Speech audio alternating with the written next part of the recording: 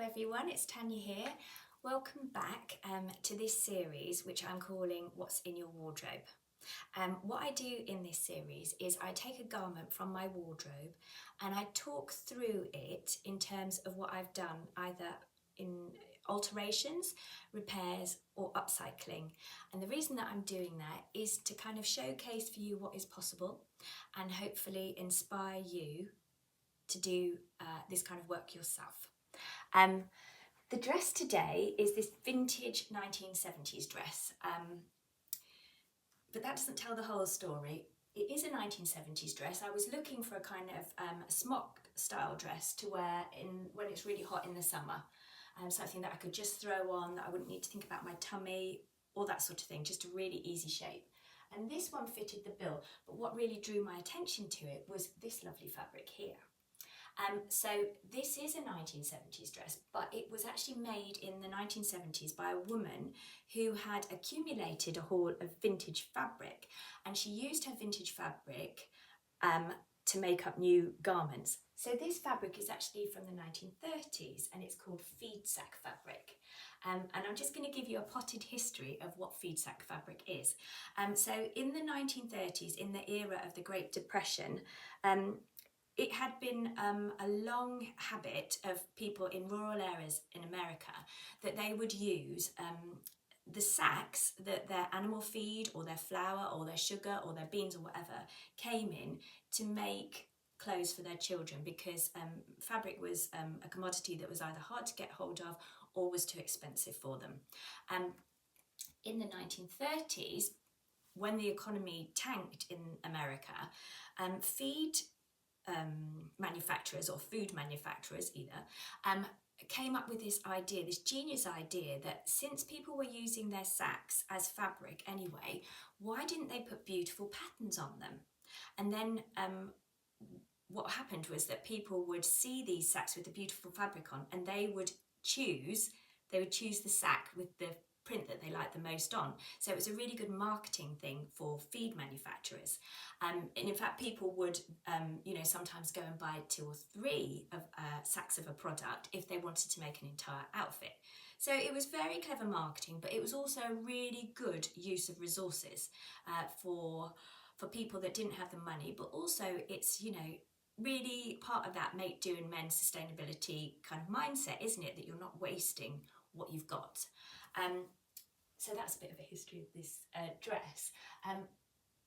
Now I'll tell you about what happened with me. So I saw this dress on Etsy and I was stalking it for about a year and it wasn't selling. And the reason it wasn't selling is because the measurement from here to here was just 31 inches, which is quite tiny. And obviously people were looking at it and thinking, well, that's too small, I won't be able to fit it. After about a year, the price came down because it wasn't selling. And I thought to myself, I reckon I could get away with that, or I could do something, to alter it to make it fit. So I ordered it when the price came down, and it came. And I tried it on and it just about got on, but it was quite tight. So I decided that I needed to put what I call a gusset in under the armpits. And I'll show you what that looks like.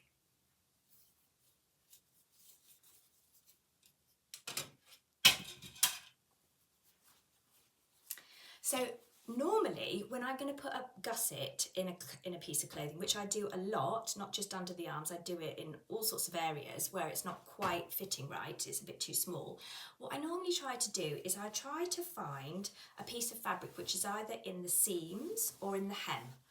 And use that self fabric to do the alterations.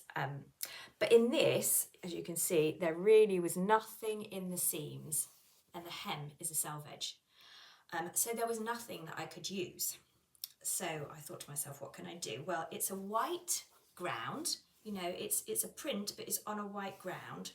So I've got old sheets, which I tend to use for if I'm making a toile or, just practice things or lining or whatever. So I thought, I'll see if I can use a sheet.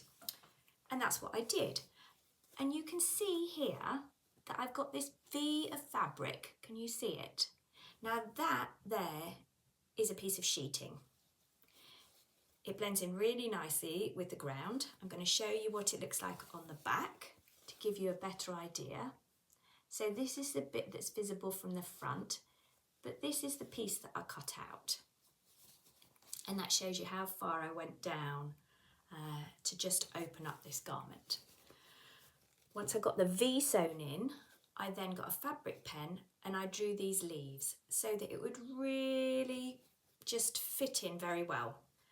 It's actually under the armpit, so you don't tend to see it anyway, but I just wanted to make it as good as possible. And then these bits, I was able to take a piece off the end of these straps.